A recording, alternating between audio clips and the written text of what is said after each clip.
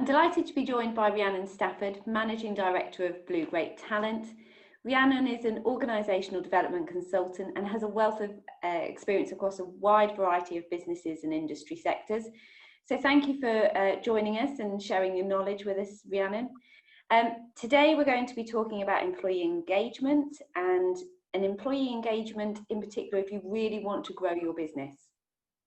So how do you think we should be considering employee engagement, Rhiannon? Yeah, so do you know what, I'll answer this in a slightly different way. I'll probably say, how do I think we should not be considering employee engagement if you really do want to? So what's employee engagement for a lot of HR professionals at the moment? It's probably one of two things, or a combination of both: annual surveys or periodic surveys, big surveys that we run, and then probably activities or stuff that we run under the banner of an engagement activity. Fun stuff, barbecues, games, fruit or food at work. And that's really what employee engagement has become. But if we think about the survey bit, and you know what, I used to be one of those HR people, and I would bang on about make the organisation run a survey. I was the one that kind of cracked the whip and said, you've got to complete the form, you've got to. What does it actually look like though in the organisation? It's a massive survey that we say to people, can you fill out all these questions, please? We're going to make it anonymous, don't worry. We can't trace you. Can you tell us what you think about your line manager? Can you tell us what you think about an organisation? What a psychologically unsafe environment to create there straight away. I'd hear from line managers that they felt very threatened because suddenly people could say anything they wanted about them with no kind of comeback on them. And at the end of this survey period, we'd come along and we'd chuck all this data over the fence at the line manager and say, there's your team's worth of data, analyse that, go through it, and collectively with your team, pull out an action plan and tell us what you're going to do.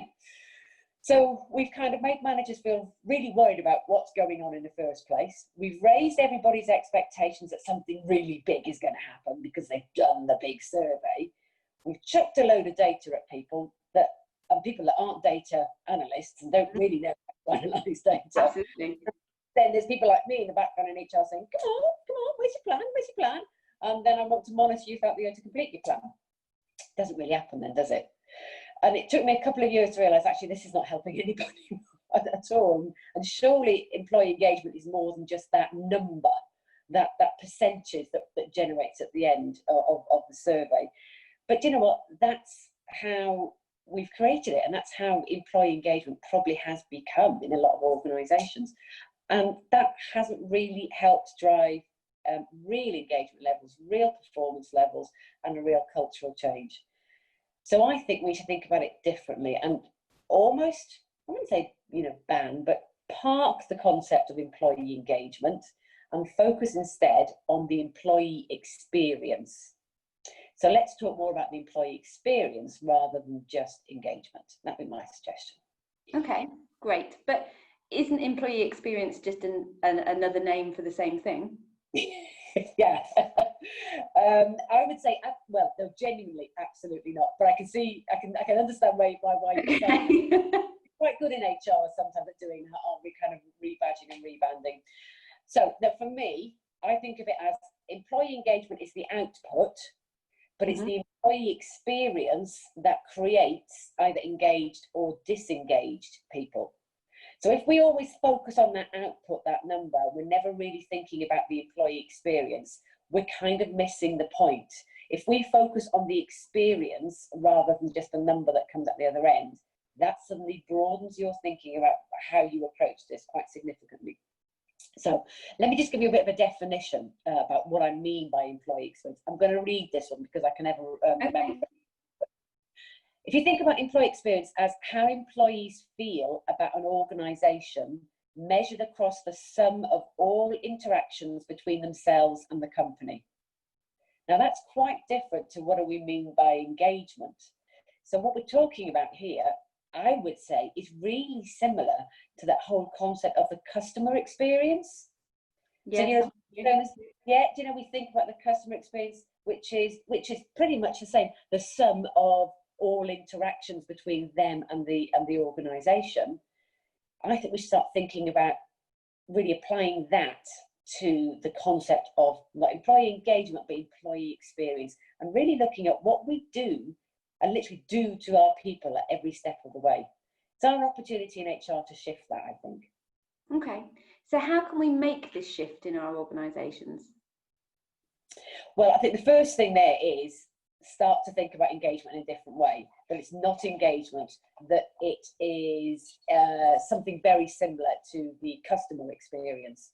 So I don't go out and reinvent the wheel. Let's see what we can learn from marketing and pinch how marketing approach the concept of the customer experience within the employee experience. Because there's so much evidence as well to show that there's a relationship between the employee experience and the customer experience. So if we want to make that shift in HR, I think the first thing we need to do is kind of convince the wider business that there's a difference here as well, and that they should listen to us when we talk about employee experience. There's a great quote from Simon Sinek. Customers will never love a company until the employees love it first. Brilliant.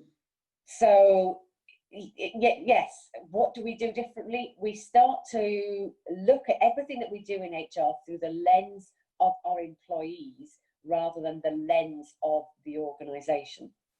Great example of this is these days with social media, instant feedback, Glassdoor. That's what I can think of, Glassdoor. Anything that happens with an organisation, an employee can take to social media so quickly. You've even got something like Glassdoor that it's set up there just to publicise what the employee experience is like in the organisation and to tell the world. And you know what? It's not a big surprise, I'd say, but I think a big influence on our employee experience isn't necessarily us in HR, is it? Because we don't interact with employees on a day-to-day basis, but it's the line managers that do. Yeah, it's the line managers and their colleagues, isn't it? Absolutely, because the person that you see day in, day out, or hear from these days is your boss, isn't it? Or maybe you don't hear from them, but whether you see them or don't see them or hear or not hear, they're still casting this shadow over you, aren't they? They still influence your mood and how you feel about working for an organisation. So what could we do? I think, as I said, the first thing is try to shift your company's thinking about employee engagement to being more about the employee experience. You could use some of the research that shows the connection between the employee experience and the customer experience.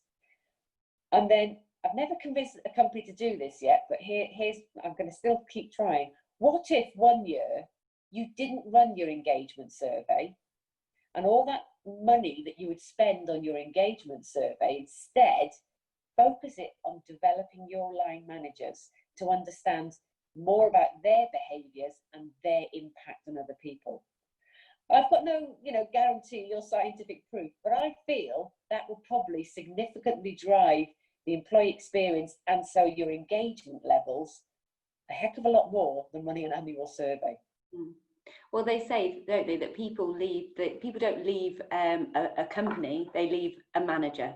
So if we improve the employee experience by improving the line managers' ability to be able to coach and help people, then surely that will improve the overall employee experience. Absolutely. And I know I've made it sound ever so simple, but there's a first mindset shift. I'd love to find a company that's bold enough and brave enough to say, we're not going to do this over this year. Instead, we're going to invest. But I think that would start to make a really big difference. And it will also start to drive quite a different culture and a different feel in that organisation. Absolutely. And I think it's Richard Branson also that said, isn't it, that look after your employees, because it's your employees that will look after your customers. Totally. And all I'm saying is something slightly different, is don't just go straight to measuring engagement in the traditional way that we've done. Step back a little bit and figure out, well, what is the influence on the employee experience? Well, it is great. It could be from policies, processes, rewards, benefits, vision, values, culture. It can be all that, but it is also managers, and they're probably the one that's a little bit less easy for us in HR to control because they're all individual people. So invest there in those managers and see what difference it makes to your employee experience, and see how that drives your performance and your engagement. And hey, I wonder how that will drive your customer experience measurement as well. Brilliant. Rhiannon, thank you so much for sharing your knowledge with us and being with us today. And we look forward to speaking to you again soon. Lovely. Thank you very much, Eloise.